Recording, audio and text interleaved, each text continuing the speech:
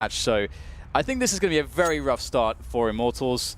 But again, it's the first game here for Astralis. I'm curious how they're going to start things off. Yeah, and best wishes to Device as well. He's had some people close to him pass recently, so hopefully he can keep his focus in the game for this one. 5 Kevlars on the Astralis side, on the CT side. In fact, there are 10 Kevlars on the server. The odd decoy here and there.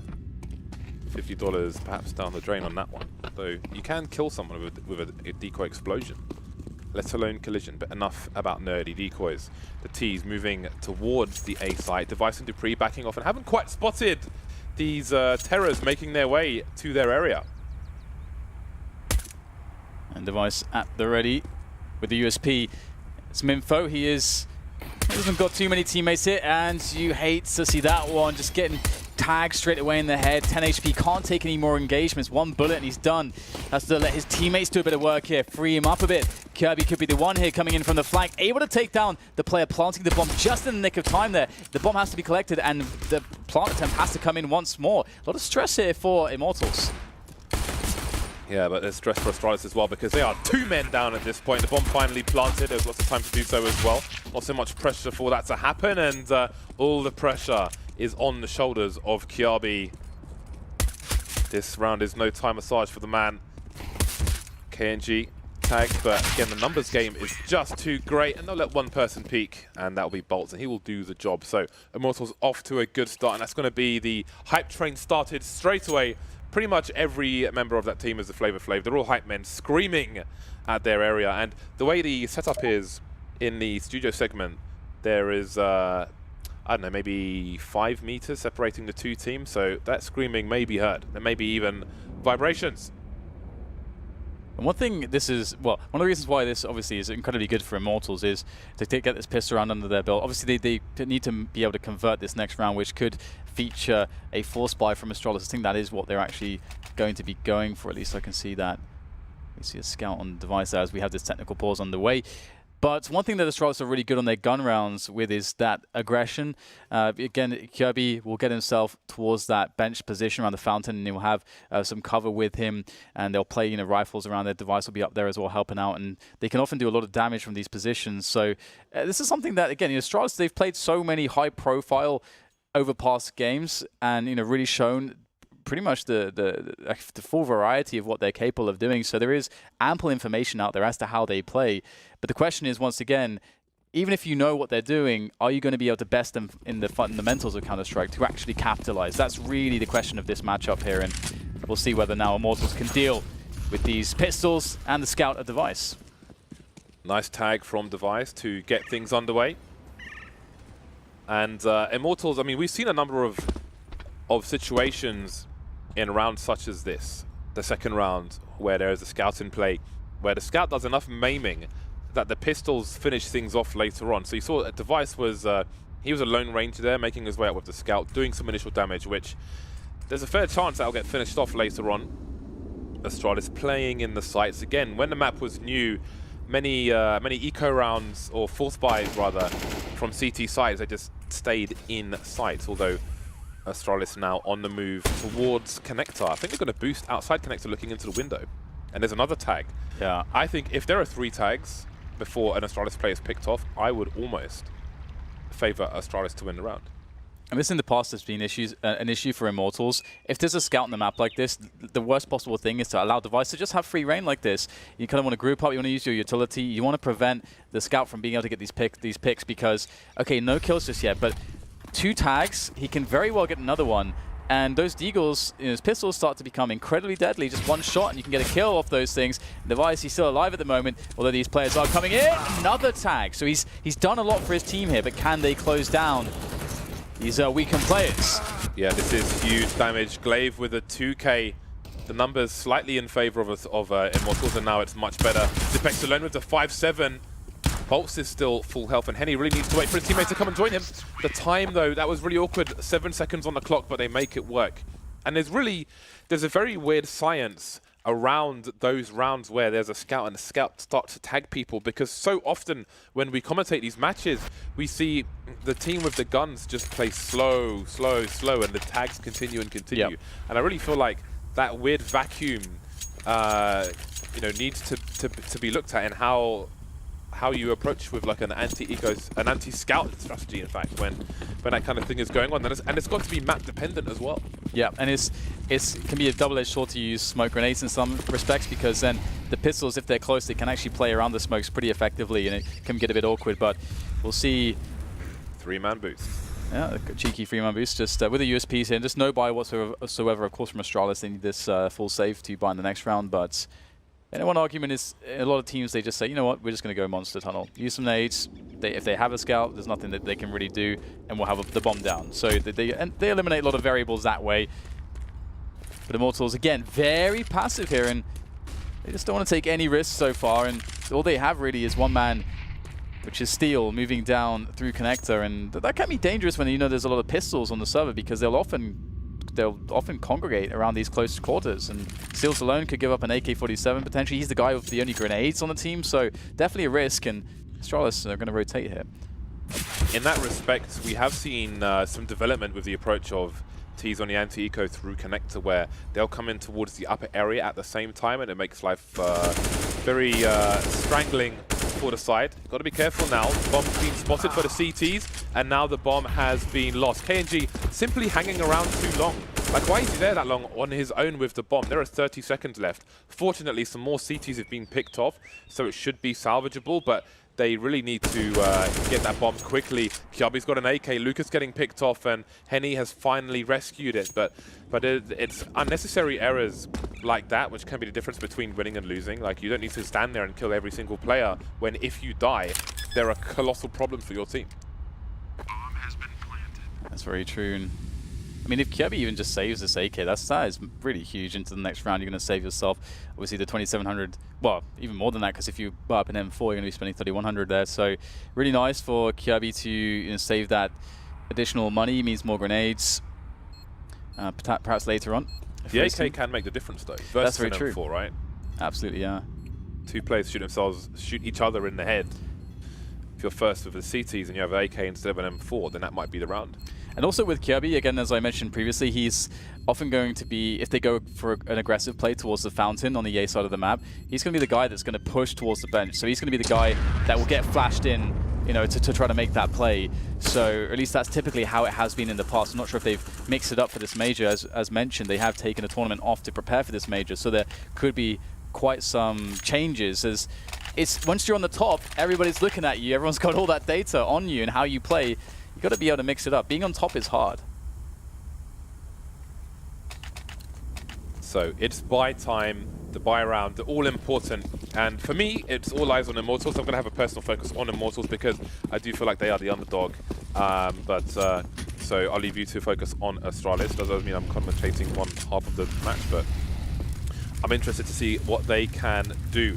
Astralis with a very fast takeoff B. The flashbang is perfect. There's a 2K from them. That is a very strong start to the round. Immortals immediately almost completely disabled. 5 versus 3 with a minute 30 on the clock. Not the start they wanted. And again, it's something that Astralis are good at. They'll take an aggression, a quick aggression. They'll find the best ways to make it safe with utility, and then they'll get straight out of there. And sometimes they do it in a way in which they may not get frags from it, but the opponents will feel the pressure, and they'll have to invest utility and then taking that part of the map away. Because you might see Astralis pushing, making sure their opponent knows about it, then they'll fall back before they even take an engagement, just to create questions, just to burn utility for the Ts. And it's the philosophy of playing aggressively to play passively, effectively, essentially. That's the ethos there. For those of you in GoTV, on the CT side, I would recommend Device because he's kind of like the Shang Tsung of AWPers at this point. He's kind of absorbed the souls of everybody else and tried to make himself an amalgamation of all of them. On the T side, Dan, who would you opt for? Oh, to watch? Yes. On the T side? Yes. Pretty good Bolts, actually, although he's the IGL. Yeah, I was between Henny and Bolts, but I'll leave it to you. Anyway, Immortals pushing with what remains of them onto the B bomb site, and they might just get a chance to plant the bomb. Pre-picked off by Henny as well. Henny, a wild AWPer and dependable. He delivers the kills, and so does KNG. Well, Niso on this occasion can't quite do it. Though, do they realize where Henny is? And there are two angles you can play around the barrel position. And it'll be Henny missing the first shot. He gets a fast shot onto Device. Tries to fake with the pistol, not quite going to work out. And now he needs to save. Astralis win a round. Yeah, and it's obviously a very important round to win for Astralis, that first buy round. Obviously, previously, Kirby had saved the AK, picked up a couple kills with it, and actually built up quite a lot of money there, saved the AWP for his team. And here's that aggression we saw towards the tunnel, basically blowing up the attempt to take over sewers from the Immortals. And that's not only 2 kills, but it's also, it forces the T side to be in a position where it's like, okay, whatever plan we had in this round, we've got to now make a new one on the fly to try to win this round. They did a good job trying to get that round 1. Got a bomb down and everything, got some kills, got some damage in there. Very valiant attempt for Immortals. And now here is their opportunity to potentially put pressure on the wound.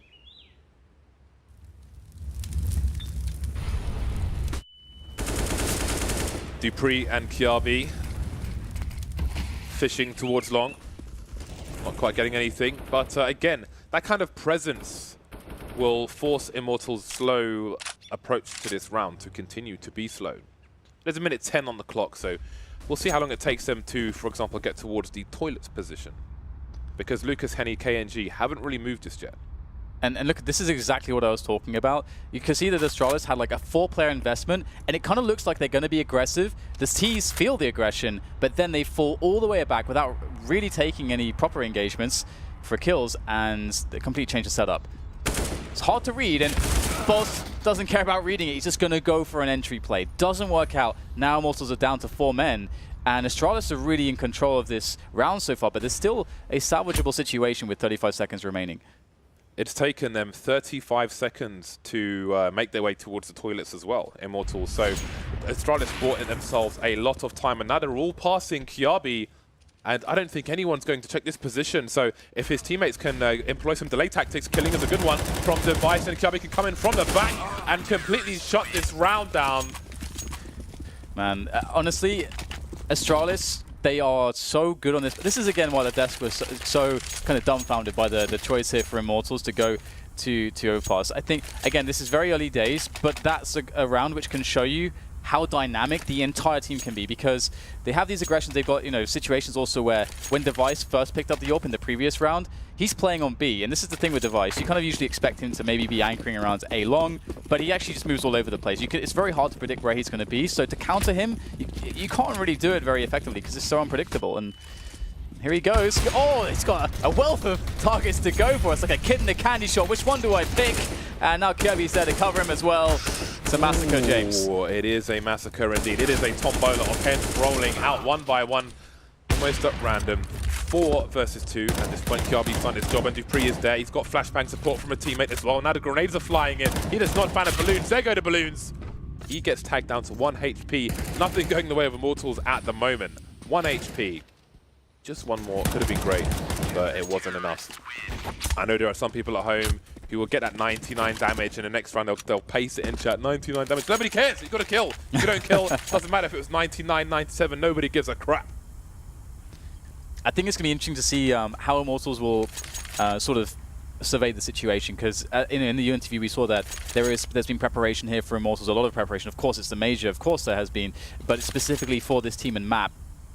So I wonder if they will just go to like fast B plays, and because that's a great solution. If it's hard to predict a team, if they're taking too much map control away from you, just hit those right B set pieces with good timing, and you can kind of give yourself the right advantages to at least harm their economy. Because this is the danger. If Astralis get too strong of an economy, then it's like a snowball effect. The only time people do care, actually, is if you like shoot someone with an AWP through a wall, and it does 5 in 1. But still, it's not reasonable to paste it in chat. Just don't do it. Kiabi around the toilets once again, but he's repositioned towards the long area, and KNJ is on the search, but he won't quite go all the way. I don't know if sound cues are being made. I've spotted some jumping, so the alarm can be raised, but Glaive's on his own for the time being. Astralis, though, they have faith in their teammate. He Molotovs the T's from a position to allow him to peek, and he lands himself a nice headshot. And there it is, Kiabi rearing his ugly head again. The Grim Reaper whipping out the side. Device steals the kill away from him, but ultimately goes away with Astralis. 2 versus 1. It's not over just yet. This is winnable for Bolts. Bombs on the floor. Molly towards bank. Dupree, though, he's coming in from the back. 2 bursts from Dupree. Patient shooting from the man. Cool heads on Astralis. Good for their 4th round in a row. Yeah, it's actually not often you see buy rounds where every single player gets 1 frag each on the CT side like that. But we saw it there. And interestingly, of course, Kirby was able to actually get another flank play. That's the 2nd time that he's able to catch the push off guard in that way. So that's something that the Immortals have to think about in the future when they run rounds like that. But now they're down to a very poor economy. And as I said, you know, it really gets dangerous if Astralis win too many clean rounds, and this could really be the start of that. We'll have to see if Immortals can get some cheeky shots off. They do have a Deagle in play, a couple Tech 9s, some grenades too to work with, so they can run some cute tactics to try to get a couple kills here. But the bomb plant will be incredibly difficult as the other potential objective that they could have. I love to see CTs getting aggressive around the short B position. So strong to hold this area, but Dupree, he may need some cover. Dupree don't need nothing. 2-man spray down from him. Get out of my sight. Get out of my area. Lucas and KNG, I mean, look, let's not get too excited. They've only got pistols, but it was quite pretty, Dan. It was pretty, very pretty indeed. Purdy. He's got the watercolors out and he's painting quite the picture. Mostly crimson, of course. And Immortals have not been able to find damage. Indeed, that was a great opportunity. I thought he was dead for sure. I mean, we knew about the players in door there, and that's that spray, man. He believed. He's like, please re-peek into this, because I'm not going to let go until I run out of bullets, please. Get out of my sight. It's a great start after the initial pistol round loss here for Astralis.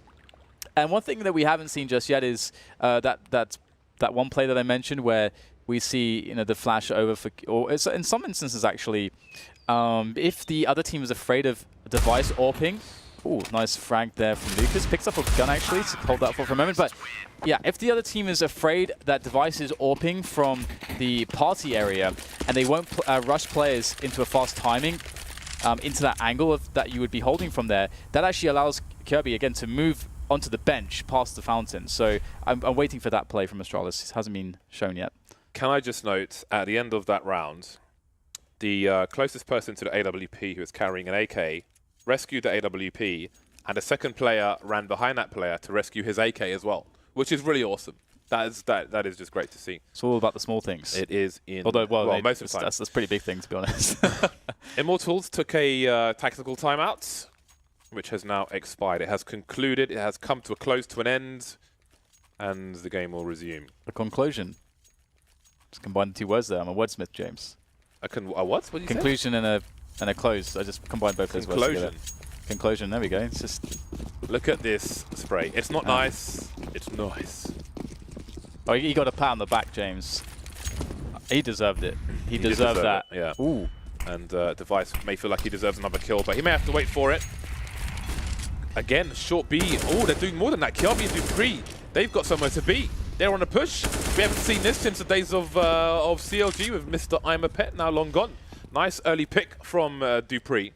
That's amazing. That's like this early opening is like a default buster. That's almost like what I want to call it there, because often in the defaults you're going to have a player like lurking on the outside of the maps. Obviously you get Device puts that first bit of pressure there onto the party area, slows things down, so that allows Astralis to have more players towards B at the start of the round, so they can do that aggressive play. Again, it's a beautiful counter-strike from Astralis so far. There's a nice boost for people at home to employ when you see those CT smokes go down. And to me, it almost feels like Astralis are trying to put Immortals in the most uncomfortable positions possible. It's like, we're going to take this away from you, which you expect, and now you need to try and cope in this situation, which may be very difficult for you to deal with. And Astralis are trying to exploit that, but Device will get picked off. 35 seconds remain, and all of Immortals are here, but Zipex is starting to flank. Yeah, it's a great entry there from Immortals. They have won a duel, very important, and now the bomb can go down. But once again, Kirby, usually it's from toilets, but this time he just walked through the smoke there on the long. Got himself only 1 frag this time, but it may be enough. We'll see Glaive picking up 1, but Kyunji were able to hold down the flank for the time being. And this is looking great now for Immortals. It's been a dry spell. Can it be saved here? Oh, missing a shot is Henny, and Glaive will save the day. Oh, what a steal there. Immortals going to be gutted about that one. They had a great chance. They did well to get into that position, but you can see the smiles there, the elation across the faces of the Danish players there of Astralis. That was really unlucky timing, I have to say, for Immortals in that 1 versus 2, because when Glaive peeks, he sees complete information immediately. His line of sight, he has the player towards the toilets facing him, and he can see the arm of Henny as well. And he knows Henny doesn't have the angle, so as soon as he kills the first player, Henny misses the crucial shot, then he goes back to the well and finishes things off there. So perfect for Glaive, and he's pretty happy with that. Look at those veins pulsating out of his neck, that pulsating. Poppin'. 6 in a row for Astralis. This is a very fast play here from Immortals into Sewers. Oh, and this could have caught Device off guard, but you can see that he's able to actually fall back here, straight through the Molotov. And a nice headshot there. A fadeaway as he falls back into safety. He has taken some damage from the flames, but overall, of course, Astralis will be happy with this. Ooh! Close, but not quite. Small wall banging going on, and there's a boost for the T's as well, and that one will yield some results. And they've got Lucas making his way through Monster, so the short players can run distraction. But Zipex, he's in his usual position. He's so strong from here, but he's looking the wrong way. But Lucas can't quite get the shot, and now it's all been revealed. A dastardly plan. The villains, their plan is known, but can the heroes stop them?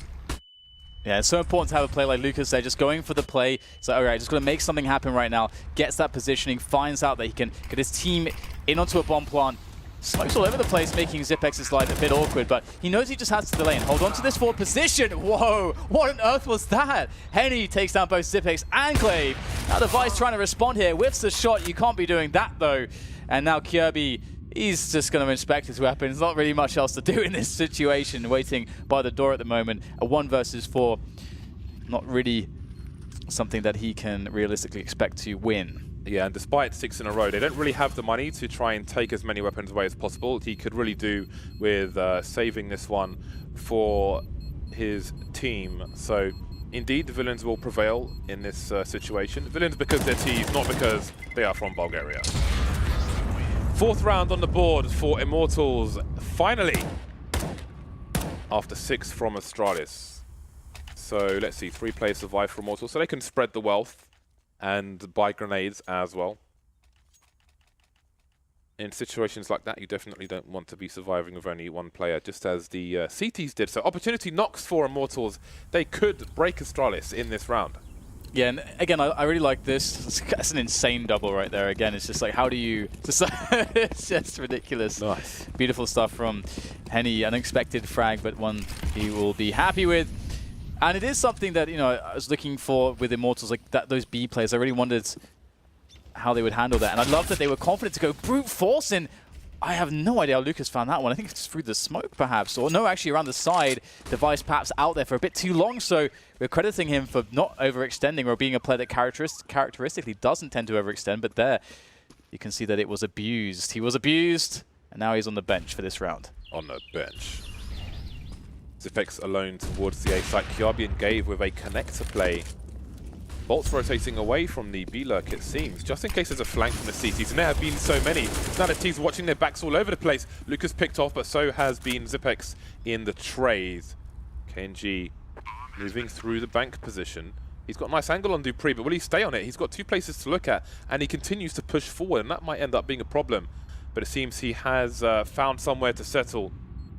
And the CTs will slowly move away. Bolt searching for some kills towards T-spawn, and Kirby, you can see he's set up already with his angle to allow his teammates to come to his position. Also important, whether he won that duel or not, is that he wasn't just standing there holding the angle 100% of the time. He's crouching and looking every few seconds, and that can really make a difference. That grenade sucks, yes, but it can make a difference, and it's something to learn at home. I think a lot of people at home will just, if you're holding an angle, just stand there the whole time. But if you just go behind the wall, come back out again, can make a hell of a difference. Something to keep an eye on when you watch these players in GoTV. This is a great comeback for Immortals. It's just like finding the right rounds to win here, to not allow Astralis' economy to get out of control, and also just obviously the right aggressions. And Immortals have to, and I know they are a team that are going to be like always just, brimming with confidence and not afraid to try to brute force it. And they've got a lot of firepower on their team, and it's very important that Astralis don't condition them to fear the CT setups too much, because if that does happen, because sometimes you need to take that aim battle, which is going to be, let's say 30%, you're going to be expected to win that perhaps. Sometimes you have to take those fights, and you can't really be conditioned out of that. You shouldn't be conditioned out of that. And this is what we're seeing, I think, in some sense from Immortals. They're just going to brute force their way in. Just like B, there was flames all over the place. I think 3 players were heavily tagged just moving into position without a frag, but they still managed to convert the round because they were confident to brute force. They know they had to get that element of map control, and then they made the play, get that first entry, and then it just starts to go well from that point forward. So really cool to see this level of confidence from Immortals. In that preparation that they've done, it clearly shines through in that sense. 4 Ts towards the B bomb site. Again, you do see this from G2 as well, but I don't know that we saw it in the previous match, but there's lots more Counter-Strike to come, and that is indeed, well, what has it done? It's a bad miss. Bad miss. Well, we may see a hasty play from Immortals on this occasion. Steel is making sure that Bolts doesn't get flanked through Connector by just sitting in Connector and holding an angle on the door. And again, for those of you at home, if you've got a player going into short B, make sure you've got a T holding that angle so he does not get pinched. KNG making his way through Monster, but Bolts will steal the second kill. Device is here, but he needs help. Yeah, and he's going to get naded into Oblivion. Or if not into Oblivion, into just a desperate situation, as he hasn't really got any space to work with, can't really do anything with it whilst those nades are active. And indeed, it's going to be a save from Astralis. They decide that this is not worth the effort. They should rather take care of their economy and keep those guns. And I certainly agree with that one. Immortals themselves, they're only just starting to build their economy. They're looking pretty good here because they've only lost 1 player in this round. So Immortals decided to take some serious control and momentum of this game. And for me, this matchup is all about how Immortals are able to deal with the CT side of Astralis. I feel as though if Immortals have a great start here, if they are able to get to the 7-8 rounds mark, I feel like they have a very strong chance to be able to win this map against Astralis. So it's looking good for the Brazilians, I would say, so far. 6-6. Here's the score. But the Astralis, they've saved enough to have an impact on this round. By no means is this round over. Glaive's got 47.50 in the bank, so he can drop indeed. They'll buy around what they have. Would you expect anything less from the Danes? AWPs continue for both sides, and Device has got the best spawn possible to go for a peek. Somehow Kiabi's got in front of him though, so maybe it's not the best spawn possible. But indeed the peek will be there. Oh, he's missed a jump onto the bench, but he'll have a peek anyway. But players have passed already, so we've got the support set up, and I think Device will peek the balloon area from the toilets, and Kiabi will stand there and be a trade frag. No, Device has gone all the way back, so let's see how Kiabi deals with that position. With a raw peek, why not? The smoke is still there, and he will eventually start to back up, but he's got no support to help him do that. Indeed, there's the flash from Glaive, there's the support, but KNG's going to go straight through, traded. But that will favour the Ts. And Glaive unable to save his teammate, but he did what he could, and indeed got the trade. And taking a forward position here by the benches, it's quite a strong one. Especially if you can get those forward smokes down, it can be quite annoying for the Ts to deal with. At the moment, Astralis obviously in this 4 versus 4, they don't have a huge amount of grenades left, but it's enough really to allow them to go for a retake play onto the B, and they are playing retake B at the moment. They've got just 1 player on that bomb site so far. It's Glaive, and he's in a fairly passive position, so he can try to buy time unless he gets caught off guard, and that could happen. All the players from Immortals starting to burst out of the monster tunnel. How much can dupreeh do? There's one. We've seen him do incredulous things from that position, and it's looking good for the Danes. Bolts and dupreeh exchange places in the smoke, but they know that dupreeh has disappeared. Bolts looking for him around the smoke. The continuation spray from dupreeh. Bolts runs straight back into it. 10 seconds for this bomb to go down, and Lucas is alone. A desperate situation. The CTs are too close, and the round is over. Astralis are back in the lead. 3 players survive for them as well, which is a big boost for the CT side. And one thing I didn't get to talk about in that round, when Kiabi's position was by that wall and the smoke was down, Device can stand in the middle of toilets and hold an angle and basically bait for his teammate while that smoke is down. But later on he repositions towards the site and he's got Glaive by the toilet door on the off angle, the blind spot essentially. And then again, Device is the initial peeker. So another bait and switch set up from Astralis, which we may see in a future round. But for now, Immortals are back on the buy, 7-6 for Astralis. Of course, Device is forward around the smoke once again. Yeah, that he is, and it's a very fast round here from Immortals, and I think this is what the Doctor ordered. I mean, it's one way you can try to get ahead of some of these aggressions that Astralis will run. Just go super fast yourself, and if Astralis gets wrong with their early round play, you're going to catch them on a rotation. That's exactly what's happening right now, but Immortals have to go in right now. The push is coming in. The spray down from Dupree is absolutely on point, and it just leaves 2 members for Immortals to try to salvage this one, and the bomb is in no man's land, and looks like the Danes have blood on their mind because they're going in for the kills. Yeah, but they are subject to them as well. Down to the 2-1-2. Bolts on short B with the bomb. He can collect it, but he's going for some entries, or some kills rather. The entries have come and gone already. He's left a bomb there, and his teammates dropped in the meantime, leaving him in a 1 versus 2. He's got to be sharp. Glaive wishes he had an AK in that situation. Kiabi repositioning. If Kiabi runs outside the toilet area, Bolts, I think it might be too far away to hear him from that position, but Kiabi knows he can be heard in B from where he is, so he'll have to walk. And he's preying on the fact that Bolts knows Kiabi can come from a number of different positions. So what does Bolts do in this situation? Ooh, he's going to give the sound cues away, and Kiabi's there. He's by Optimus, and he will be transforming Bolts from alive to dead. There it is, 8-6 in favor of Astralis. 1 round remains in the first half. That's a pretty cool clutch there. I mean, there to me, it's kind of a battle of, I don't want to say nerves necessarily, but it's like it's a confidence thing. Like Kirby's just like, I'm so confident that in my play here that I'm just going to walk all the way, and I'm happy that if I have to retake the B-bomb site, that's fine. And you got a situation there where, of course, his opponent was like, oh god, I'm just going to go for the run. And obviously, if your opponent did choose to just wait on the A-bomb site, you're dead 100% of the time. So it's really well played there by Kirby. And now it's the last round of the first half. Astralis looking to make it a 9-6. It's Glaive this time, peering over the smoke from the party position. Oh dear, he's trapped. Just about manages to escape in the end. And in fact, it's Bolts who will be the first to go down. KNG not far behind, still getting 1 kill, but this is a pretty fast-moving round at this point. Lucas just waiting in the playground with the bomb, and all the CTs start to go straight back to their respective sites. Zipex being trusted for the time being with the B-bomb site. Kiabi's there if needed, but not quite just yet. Oh, Henning, he had to land that, swiping in the smoke, but there's nobody there, no answer, no response. It's a bit ridiculous, James. What is this? Oh dear. Bit awkward. And Devices takes his position back. They're dancing in the dark, and it's clumsy. Okay, try number 2 perhaps. In comes Henny, and will he see Device? This is just so strange, and Device gets it.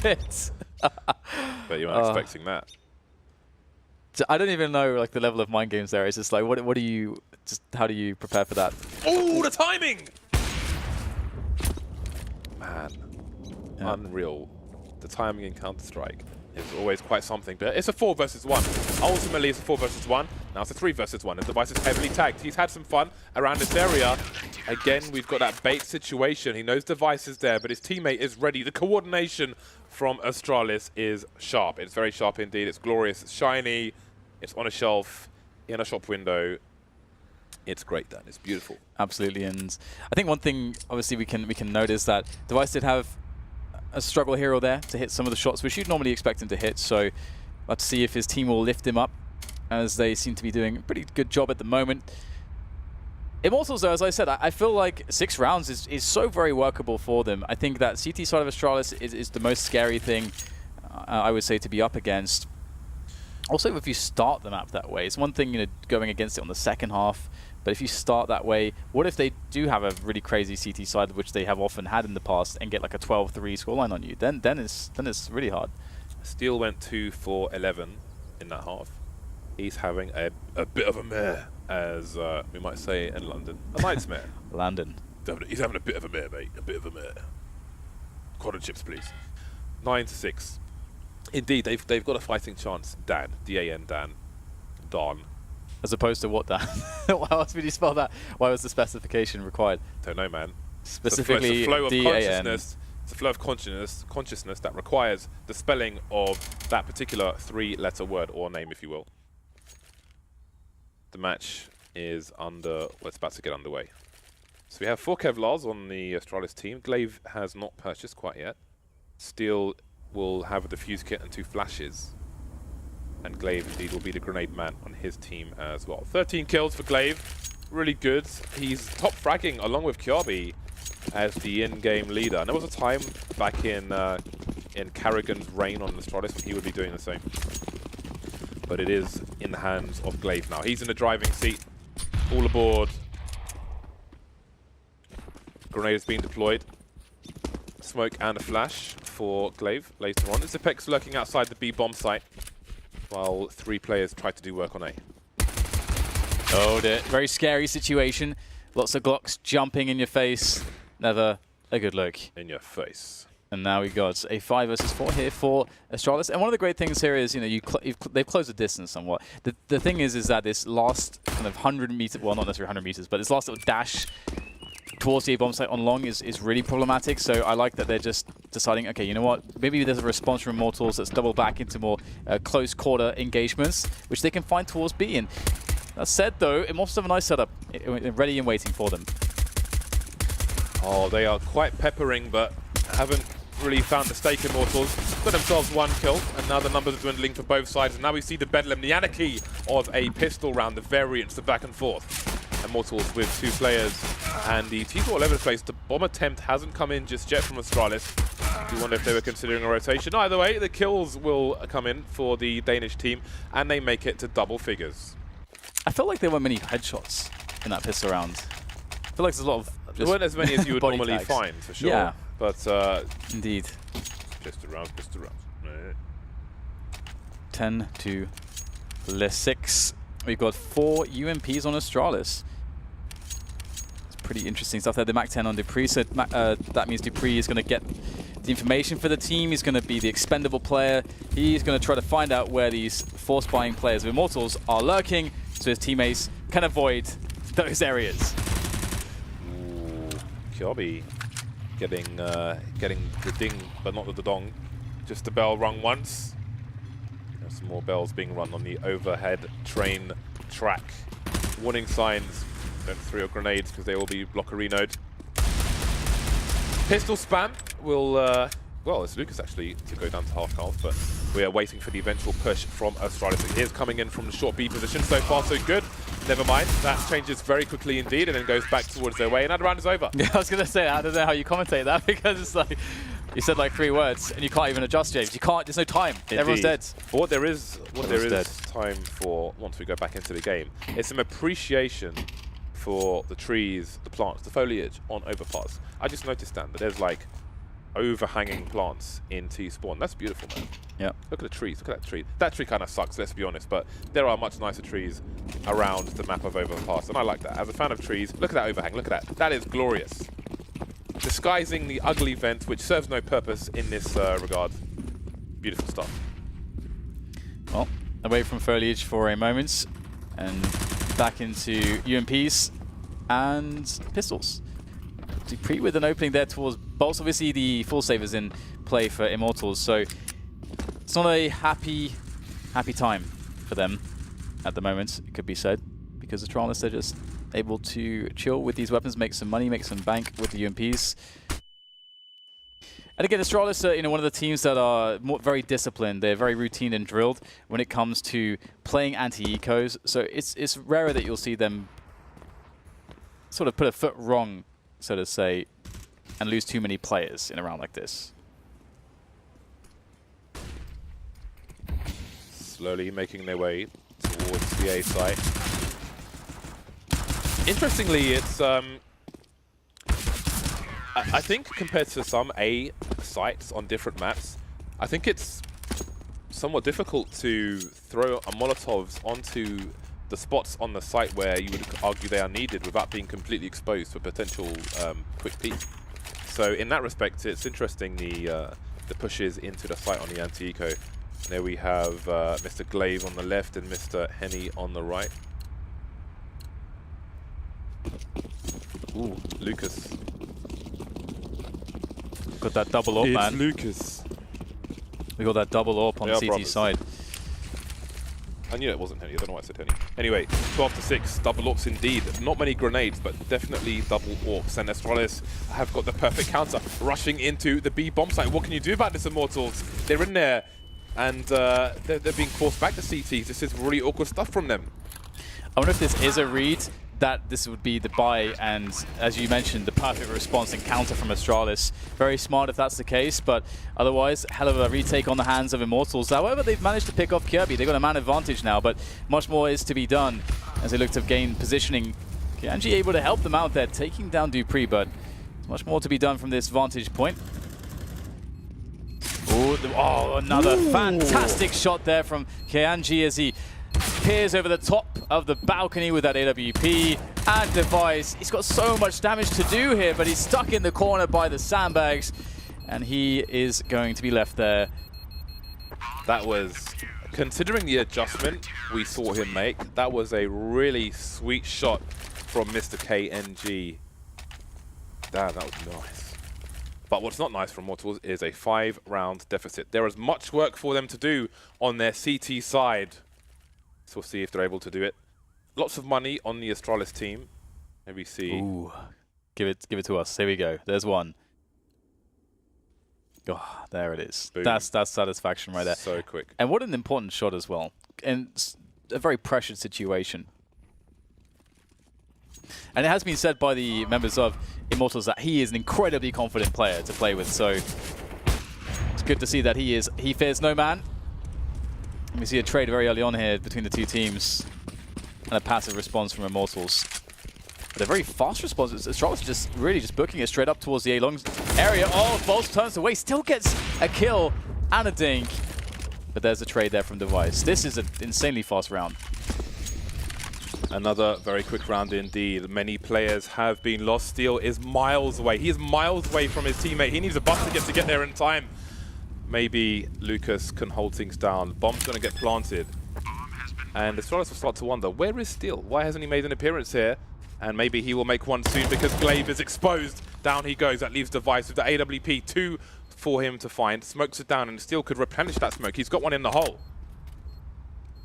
And I think he might do exactly that, but Device has got the angle. The flashbang over the wall, though. Device will not be ready for it. Doesn't get the shot. He's being patient, though. It's not planted for him either. Going for the wall bang. Has to get a fast shot, and he won't quite do it. The bomb's been defused, and he'll get taken down as well. Of course, the AWP will be stolen. It's good times for Immortals. Yeah, that's a massive round to win. An absolutely huge round to win. We'll see if they can continue with such winning tendencies. Oh, we can see the AWP duel there. Very nicely done. And I'm curious now whether Immortals will decide to actually try to go aggressive. I mean, it could be a great spot now for Kianji to try to get his AWP in there aggressively. Henny as well, obviously, two AWPers that can really thrive in aggressive scenarios.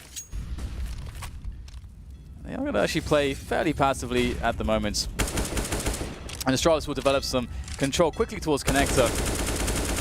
And I wonder if Zipex will just hold down Monster, if he'll try to... Oh, we can see some legs. He got tagged in his leg, though. That's actually a great shot there. I think that was from... from Henny. It was from someone. That's from someone with an AWP. No, it's from Kianji. Steel's made his way. He pushed Monster and got a pick on Zipex and has gone straight back into the site. So that's the lurker taken down for Astralis. Nice timing from Immortals, but will it help them win the round? That is the question.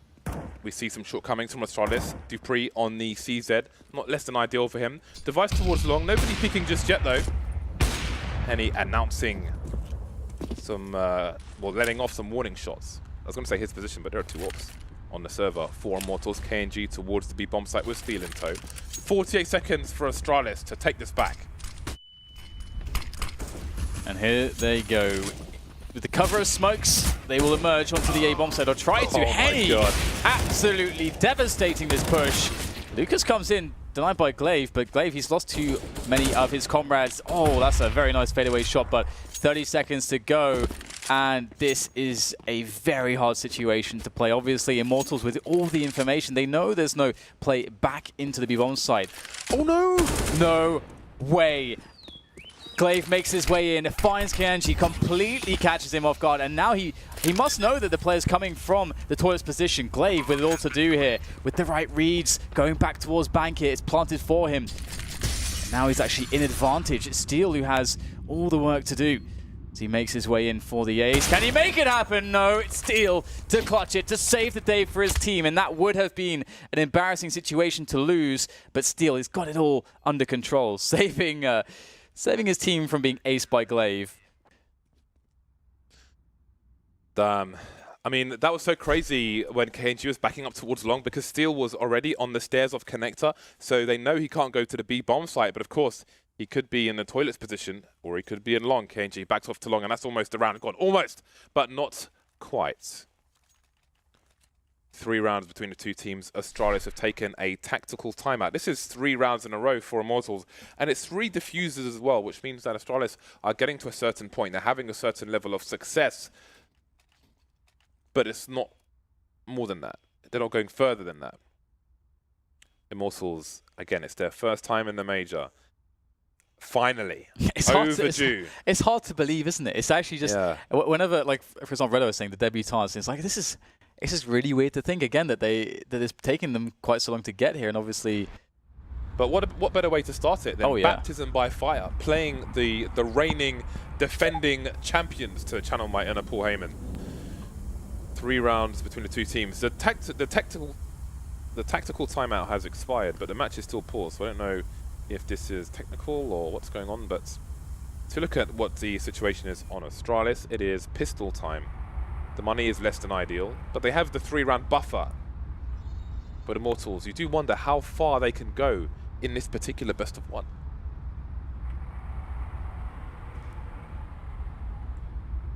I think perhaps a relogin had to happen, or I don't know, but indeed it is technical, and why not stand in front of the camera? I'm going to... I know, I'm going to stand here.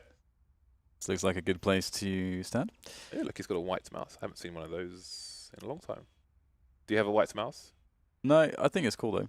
I don't have a white mouse. Like it. My mouse is black. Well, I do wonder, though, if we'll get... Because the interesting thing for me, actually, is that I was expecting to see more aggression from Immortals, but they've actually been playing their CT side pretty passively, even though they have the double ops, and it's such a great map for AWP aggression. Obviously, the first team that really showed the true potential of it, I think, would be SK. Absolutely, Fallen, Cold, obviously going aggressive all over the place, really showing how much you can get out of that. And with 2 AWPers like the likes of Kianji and Henny, like 2 AWPers that really thrive playing very aggressively. It's very cool to see that that's not the natural playstyle that they're going with here, and it's been working out for them so far, and they've obviously claimed the last 3 rounds in a row. Although that said, the last 3 rounds in a row have been all defuses, so Astralis have been successful every round getting the bomb down, which of course is great for their money, but also means like, okay, we can get the bomb down. And so there's probably a lot of rounds where like, okay, we ran this and we got to that post plant situation. If we just hit that one shot here that usually we may hit, that's like a great round. So there's still a lot of hope and rounds for Astralis to say that works. We can do that one again. I don't know how you get a tattoo that fine on your neck of all places, because it's not like you have a solid surface to do it against, right? How on earth does that even work? I don't know. It's a mystery to me, but he made it work, that's for sure. I'm not a tattoo person. I don't have any tattoo. You have a tattoo, right? So. I do. But I hear that if you get one, it's like very likely you're going to get another one and so on. But you stopped after 1, right? Yeah, I think maybe depends on on the personality or what you want out of them, or if it's like a hobby, or I don't know. But yeah, some people get addicted to the needle, but I suppose it depends on your reason. Context. So, yeah, indeed. Indeed. Right then, see how long this technical pause goes on for. It's a tight game at the moment. 12-9 if you are just joining us. And it seems that we may just be good to go. The unpause vote is visible on my screen. Headset's going back on. And then back off again.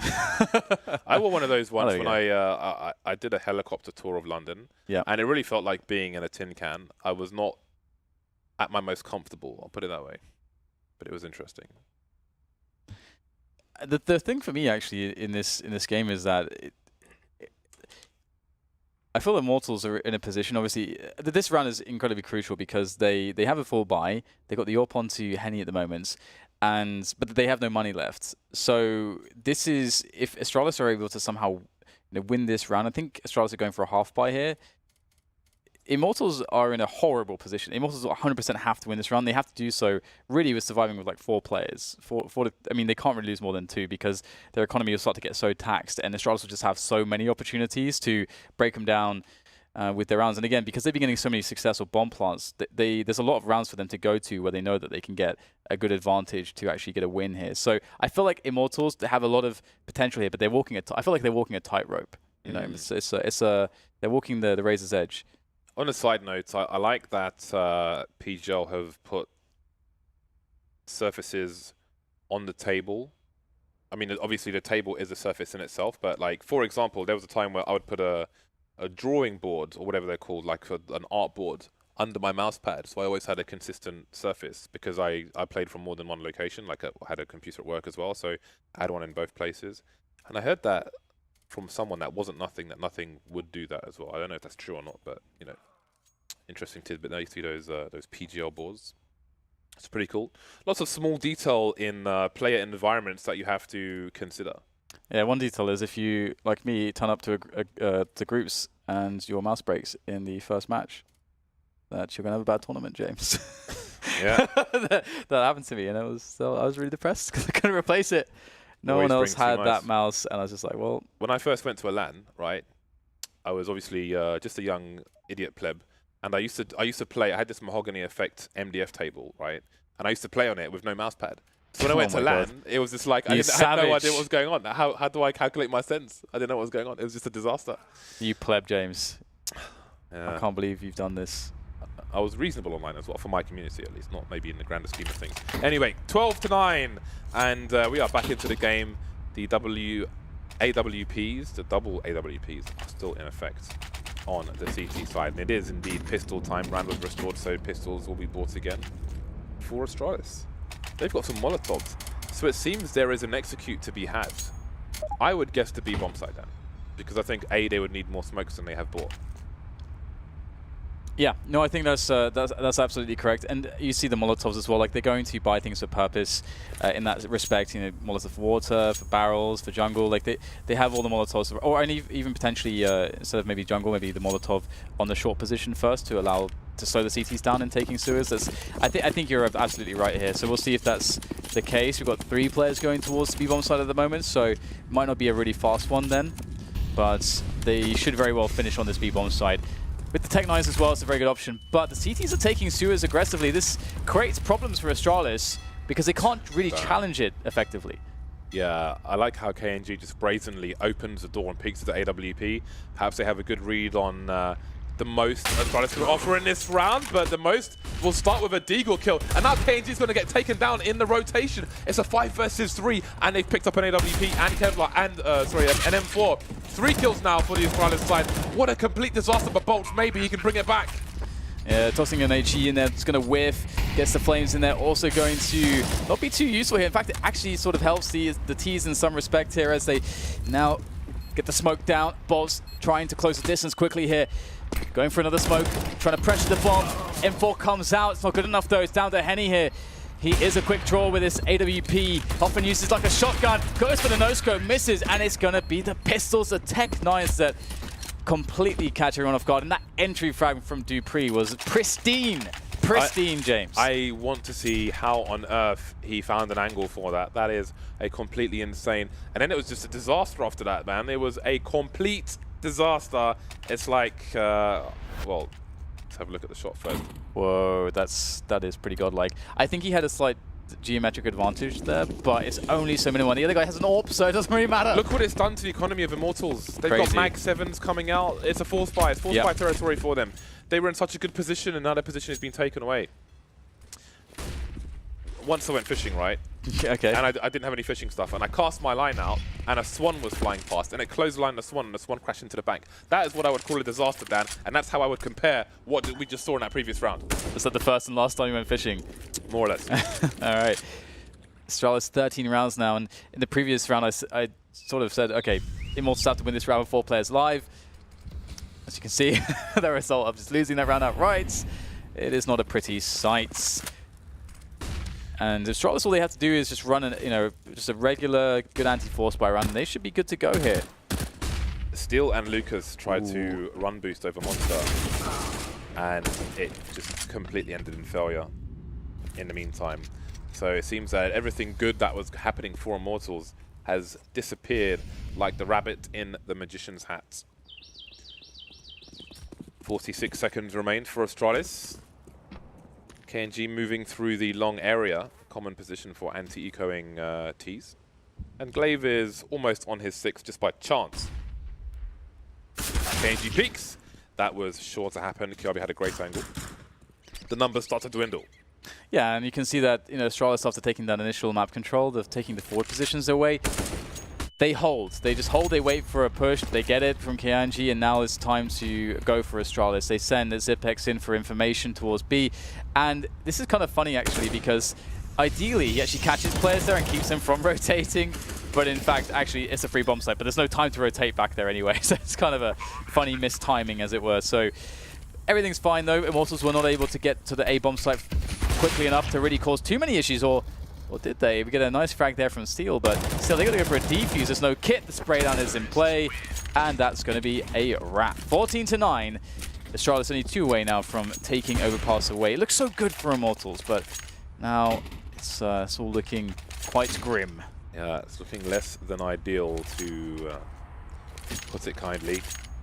So now it's just force by town for Immortals from start to finish. Lucas going for the Deagle, as will KNG, or KNG if you prefer, as will Bolts.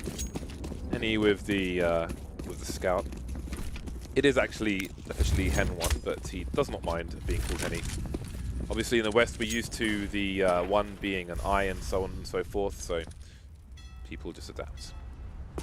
14-9, desperate times for Immortals. Astralis can afford this slow approach and prey on the desperation of their opponents.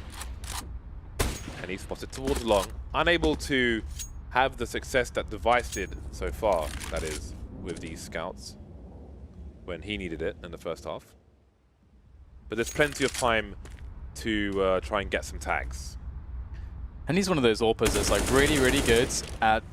I think NES is very much like this as well. Like really good at sort of, if a player goes behind an object, he just somehow just nails like understands like how fast the model's moving, and he just gets it perfect no matter the distance the player is away. If that was an AWP instead of a scout, I think he actually gets a tag there through the boulder or something, because that was on point there from Henny.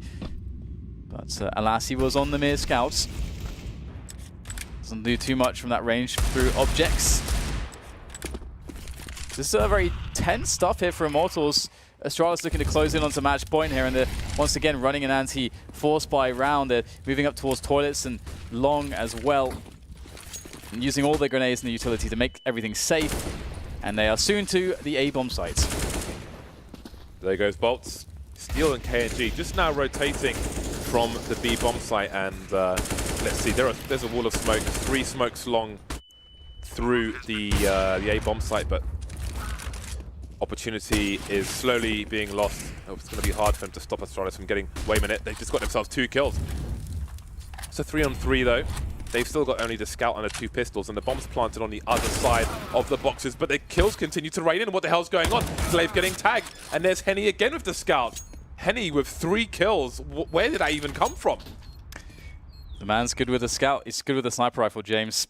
He is very good with a sniper rifle, and that makes things interesting. Now things just got really interesting. Obviously, like, Immortals were in this like very impossible situation, and because of the way their money was, but now there's a bit of spice to this this overpass. All of a sudden, we've got a very good situation on the guns now for Immortals, thanks to that brilliant play from Henny with that scout, and they can stave off the match point for the time being of Astralis, perhaps. AWP onto Henny. The only issue is that he has no Kevlar and no grenades either yet. Is he going to have the ability to buy some? I think he will actually. Yeah, he's still got loads of cash, so Henny will be able to get everything. It's a really good opportunity here now for the Immortals side. But again, I do wonder if they'll start mixing things up or if they'll keep to this passive play. I think it's very hard to interpret what is going to be very successful. And I think if you take additional risks against Astralis, they are a great team at punishing that. So. Countdown begins following the timeouts. 4 rounds between the two sides. Immortals, I don't know how they escaped that situation. I literally cannot compute, but here they are. And we have another pause. So something is happening. We see a headset being taken off. Now, while these pauses are going on, Henny has an AWP, but he hasn't bought his Kevlar yet, so I hope he remembers. Still needs to buy grenades as well, so not too worried at the moment. Bananas, good for energy. A good source of potassium, that's true. You can look it up if you want to. Thumbs up to bananas. Bananas are good. Device probably has one of the, if not the lowest fat percentage of top tier CSGO players, that's for sure. Very healthy man is Device.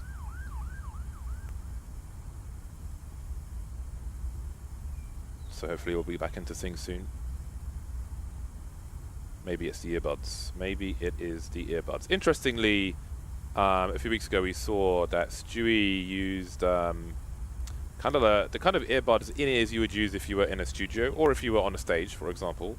They kind of roll over your ear and have a sponge. I don't know what it's quite called, what the official term is. I'll call it a sponge, which just kind of expands into your ear, so you will hear the game when you really, really need to. So we've got people having a look at what the current situation is. I don't know if it'll be interesting actually to hear the perspective, or maybe of some of the players on the desk, like when there is a pause like this in a tight game, what it can do psychologically, like if it can benefit or hamper or harm one of the teams, especially when there's so much pressure on Immortals to come back into things, or maybe it's a relief to have a pause. I think it's, I mean, for my personal opinion, I think it really can depend on the players and the people. But I mean, for me, it's like it's like actually a relief, because you get a time to sort of like reground yourself. Because sometimes it's, when the pressure's on, like the emotions are charged, and sometimes it can get a bit away from you. But with a bit of a pause, you can just kind of reground yourself, refocus yourself. But then sometimes, even for the same individual, you might just want to play off of that energy that you get. So it's a weird one, isn't it? I'd love to hear that discussed. Like for me, CS is an escape, and you can immerse yourself in that when you're playing in a competitive environment. You can get lost in it in a good way. So maybe it could take you out of it a little bit, and you might lose focus. Maybe it's true for me. I don't even know. Anyway, Immortals have it all to play for. 3 people starting in the B bomb site for them. Dupree and Kiabi making their way through Connector, and there's nothing to find in that area. So the smoke's around a toilet area, and Bolts is behind them, heading towards Long. So Immortals covering everything at the moment, which you don't always see on Overpass. Sometimes Long is abandoned, sometimes toilets are abandoned. Now Henny will start to back off towards the A site and perhaps provide some support for Bolts. But he'll have 2 jobs to do. Device going for a forward play, denied by the smoke. Ooh, might go for a boost here. Yes, indeed, we'll get the boost, but some jumping will be heard. Now will Bolts just go for some spray here? That would be very smart. Goes for the incendiary instead. That will do the trick. Get rid of the boost. Although no player was at risk of being taken down there, because it was a peek straight into the deep positions on the A bomb site. Device now looking for additional information and potential peeks here. The players here on the A site from Long now, and Astralis, with all the poking and prodding so far, have been unsuccessful. And the time is running low. It's 30 seconds left now. They've got to go for the A bomb site. They've deployed almost all of their grenades. No flashes left for sure, but they've got mollies, and the molly will work. It will force Henny from his position, but he'll take a play down with him and keep Immortals in a man advantage. No flank coming in. Lucas rotating from B to A. The smokes are down again. It's a 3-on-3. There goes the beep beep. Will the City try and stop KNG with a great spray? No bomb. Oh, the bomb is planted, in fact. 2-on-2. Lucas coming around Optimus. And there's Device rotating back towards toilets as Steel makes his way towards the bank. Will they go for a fast defuse, though? It seems, yes, Lucas is on it, and Steel anticipates what is going on. He's got the human shield there as well. And Immortals will be successful. Astralis lose another round. But again, every round this half has been by defuse for Immortals. It's going down to the wire. That is a lot of diffusers, yeah. And that was a really smart way to handle it from Immortals. Just go for the diffuse straight away. You know, some teams, some players will actually, you know, try to actually delay that a little bit, see if they can get some information. Is there going to be a peek? You know, can they try to peek someone with 2 players? You know, that's something that you might be thinking of, but there was no mistaking the play there from Immortals. They were very decisive, and that's so important to have that level of decisiveness. It pays off in spades, and Astralis looking to get Dupree into sewers here. Slightly deterred by initial use of incendiaries by the CTs. And what havoc can he create with his AWP? There's not too much in the way of players around his position. Oh, got to be careful with that. These top level players, man, they are good at connecting that shot. Going to land eventually, that's for sure. Plenty more Counter-Strike to come here at the Krakow Major. If you are making your way here, then we will soon be welcoming you with all kinds of headshots. And he doesn't want to overextend in that position. More jumping jack, but the hammer will not land where it wants to. 55 seconds, Glaive getting picked off, and that's the bomb spotted outside Monster. Lucas, Steel, KNG there, and it seems there'll be a fast rotation from Immortals at the time left on the clock, and indeed the T's are pushing in, but it's not going their way. It is not going their way. Kiabi left alone for a brief time, but he'll soon join his teammates. 2 rounds. Can Immortals do it then? I absolutely think they can, yeah. They're doing a great job at the moment. Again, you can see that round, you know, one of the reasons why they want to play passively. They don't want to allow Astralis to get much in the way of picks. And in that situation as well, you know, you sort of force the T's to go for set-piece plays. Or, you know, you could see a situation here. This is another option. Try to force the picks. We saw that the initial one failed. And second attempt was failed. And Immortals are just loving it. They, as you said, they spotted the bomb initially. That gave them the confidence to understand how to rotate themselves on the CT side. And they were able to stay a step ahead of the game there. So Astralis, they need to make an adjustment. Either go for, you know, something very fast, try to play one of these set pieces onto the A bomb site. I mean, they've generally been very successful getting the bomb down. They just can't seem to hold the post-plant situations. So this is a very tight game. This is very hard to predict, but Immortals absolutely looking great to be in with a chance to take down the title holders.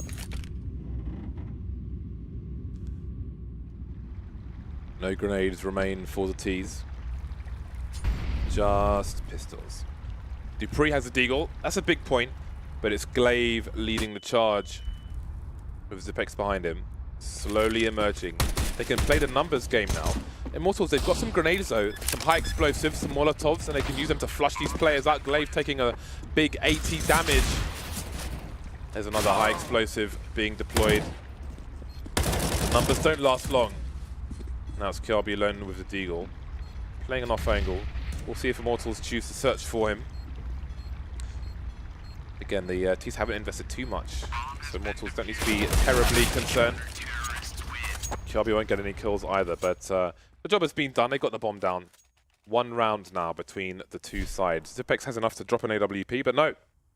They're going 5 AKs the Astralis side. This is kind of nuts, actually. You know, I don't know about Astralis's. I feel like their chances are dwindling a lot here. Obviously, they still have opportunity to get back into this one, but we can see there's a lot of momentum on Immortals. They are really powered up at the moment. Astralis, what are they going to do differently now to try to throw off Immortals' CT side? We're going to get an aggressive play, actually, or an opening that's aggressive from Immortals. They haven't been often going with that. KNG going all the way to the fountain. And this is really interesting. Again, in the past rounds, they put so much presence towards this early on that this is an open territory for them. Yeah, but look at Astralis. They've gone immediately towards the B bomb site. But it's not a rush. They're slowly taking control of the B area, looking for an entry maybe on a jumping player. Steel's alone. He's been alone on B this entire time. And now the rotation is starting to come in from the CTs and the flank, but they'll hear that rotation from Bolts, and that might spur them on to charge into the site. They've picked good timing. The CTs have repositioned for the retake. They've got off the site. Steel was isolated, and they're not going to give them that free kill. And there's KNG coming in from the back, 1 kill for him. The T's have moved into CT position, and KNG is having free reign on the site. Steel for support. Running out of bullets down to the Deagle, but it's Device. What perfect timing. How this has worked out for Immortals is unbelievable. Device can do nothing about this. He has to sit outside Monster and bear witness to the score being tied by Immortals. This is such a smart play, just because also, like, from a level of a default perhaps, Astralis may not put many players towards the the fast position towards the playground. So it's such a great gamble to take from Immortals. It's so smart, and again, it just shows you that even when you're in this situation where your back is against the wall for both teams, and if you make one error, one bad guess, everything can come tumbling down. But to still have the confidence to take good risks, that's a great sign there, and that was a great risk from Immortals. Paid off massively with that push. And Astralis now, all AKs, decent amount of grenades. We've seen this before. Zipex going for that play, getting tagged again by KNG. That's twice that's happened there.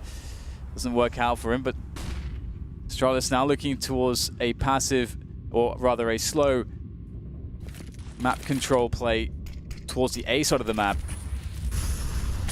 Bolts is ready though.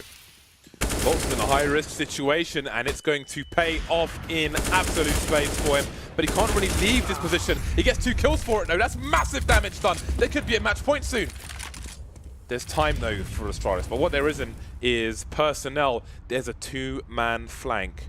Oh, my God. The T's are moving through connector, and the Immortals are not going to get into position in time, which means that B is going to be completely abandoned. But wait, they're moving backwards. They're making noise. And Lucas is there, almost with a 2-man spray down. This is turning into complete madness.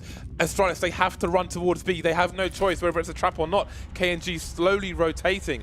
So opportunity knocks. KNG could get taken down here with AWP, but no, of course not. Why would he do that? Device looking away just in time. Oh my God, what a collapse. It's like they're in a black hole. Everything is imploding around them. It's Device alone in the 1 versus 4. He needs to get the bomb down, but the flank is there from Lucas. He gets that kill at least. And now there's a chance. The bullets raining through the planks of wood, and he's not going to get the bomb planted. Disaster has struck for Astralis. Absolute disaster. And you can feel it that for Immortals right now, victory is truly at their fingertips.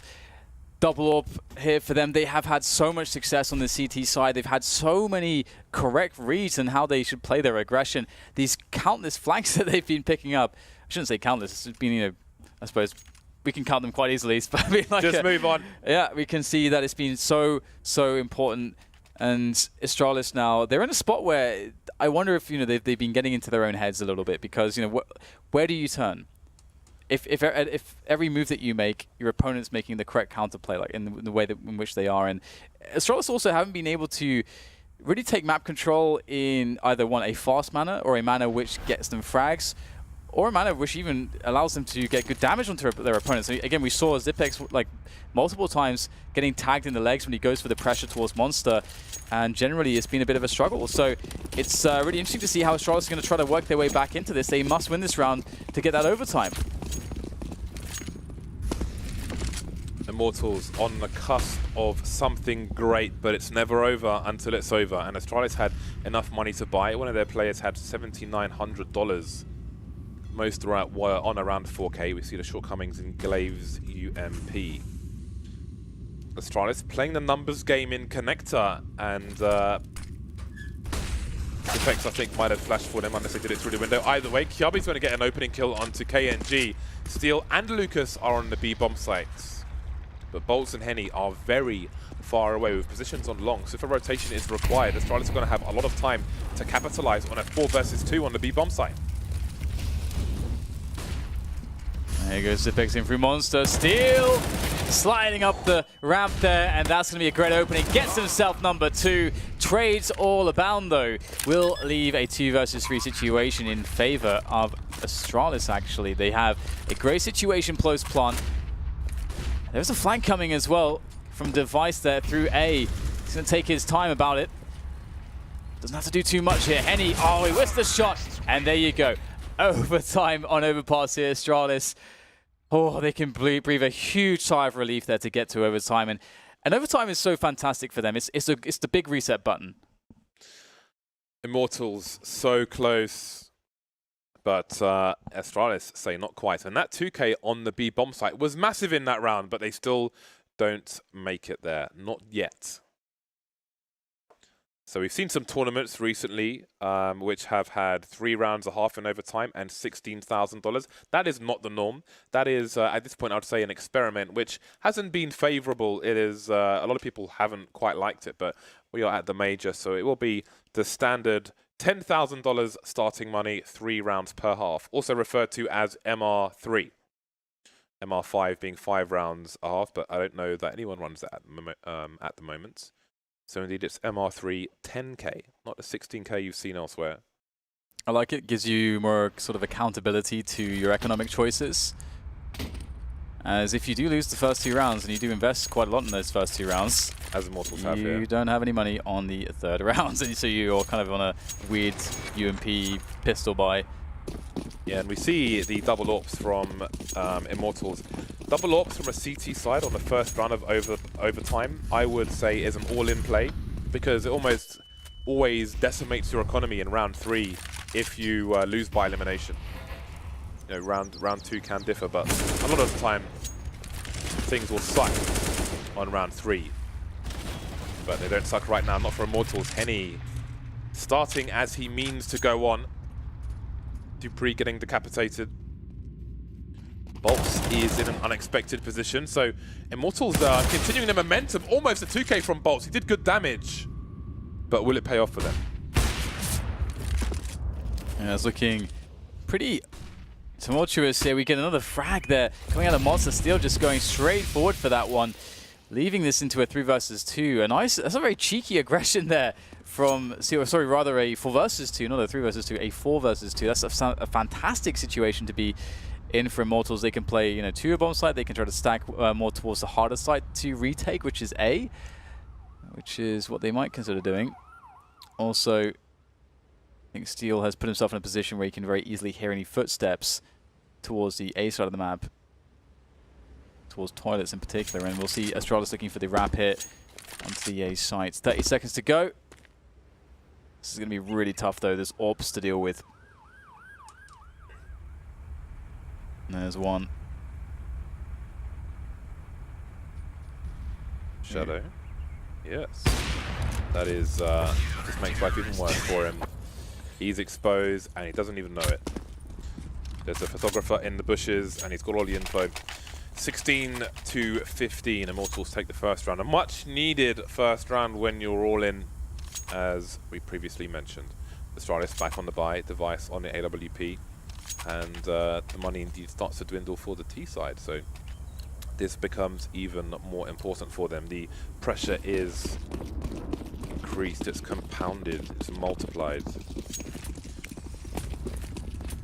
Standard setup from the Ts. The CTs, though, looking for aggression. Bolts making his way into connector. Henny around the toilet in the forward position. He can offer some support, but Bolts is forced backwards. All the grenades, maybe some warning for the CT side, but look at Henny's position, and would you have it any other way? Hyper-aggressive sniper. He's in no man's land. He's almost completely on his own.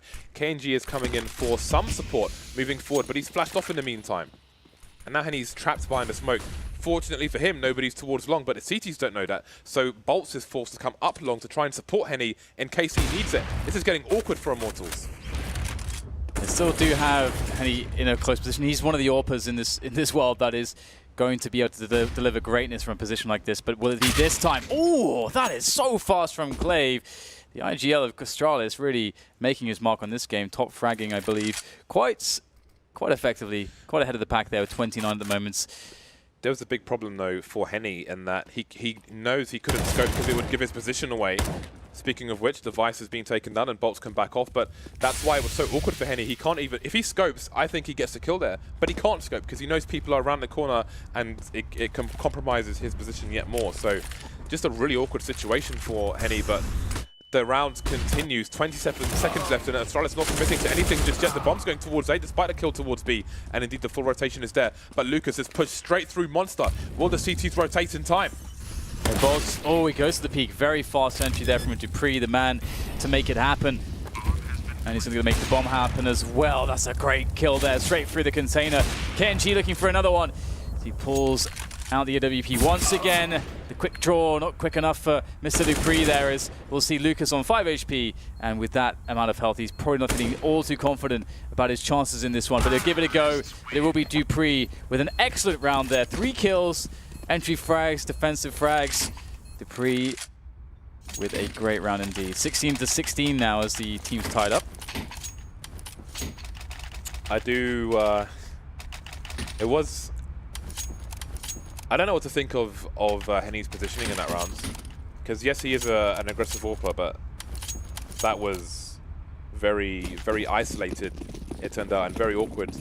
But we'll see. They still have double AWP, so at least monetary-wise, it hasn't hurt them too much, thanks to the success of the first round. So risks were taken. They didn't pay off in that respect. Kjabi and Dupree moving through connector. So this time, Bolts has got some company. And he's on his own with the M4, not the AK. All of the timing! Oh my god!